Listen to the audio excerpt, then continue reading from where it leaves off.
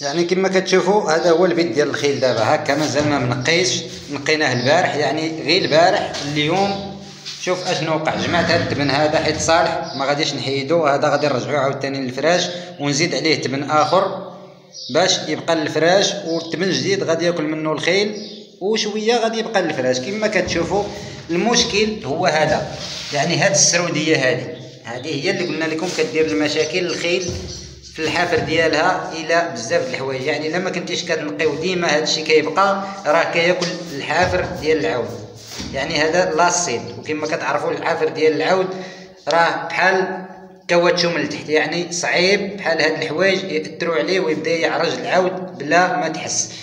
يعني غادي نحاولوا نقيو هادشي كامل كما كتشوفوا باش يبقى البوكس نقي وتحيد ديك الفزوقيه، وما غادي نفرشوا التبن يعني تينشف البوكس.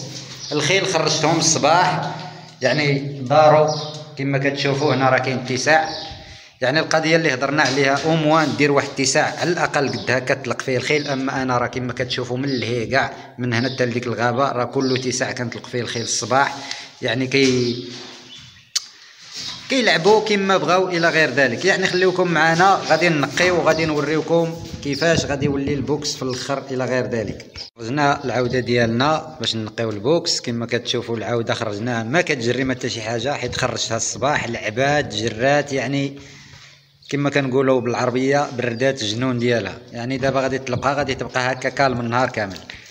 دابا نرجعوا للبوكس. كما كتشوفوا الاخوان هذه هي الا بغيتي تقول لي نقيت، يعني ماشي غادي دوز وتخلي كلشي مرون. والشطابه كما كتشوفوا خاصك تسالي وتشطب، يعني البوكس ديالك خاصو يبقى نقي هكا. هاد البلاصه هادي كما كتشوفوا هنايا اللي سارده ما غاديش نزيد لهم التبن، دابا غادي نخليها حتى تنشف. هاد لاميديتي خاصها تحيد ما تبقاش، هذا هو المهم باش تحيد حتى ديك الريحه ويتحيد بزاف د الحوايج. ما تنساوش الناس اللي عندهم الشرابات بحال هكا كما كتشوفوا ها نتوما كتلقاها موسخه، يعني مره دوز هكا غسلها بحال هكا، غسل هاد البلايص هادو باش تحيد منهم الغبره. داك الوسخ اللي كيطيح فيها الشعير اولا العلف كيبقى هكاك حتى كيخماج. يعني ديما حاول انك دوز عليها وتغسلها. رابع المرات الا خليتيها سيمانه بالحساب اولا كتجي كتشم فيها ريحه الغموليه الى غير ذلك، يعني كتولي بحال قادوس ديال واد الحار.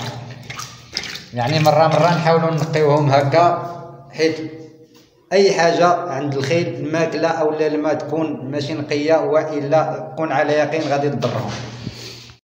اكثريه ديال الناس ملي غادي يشوفوا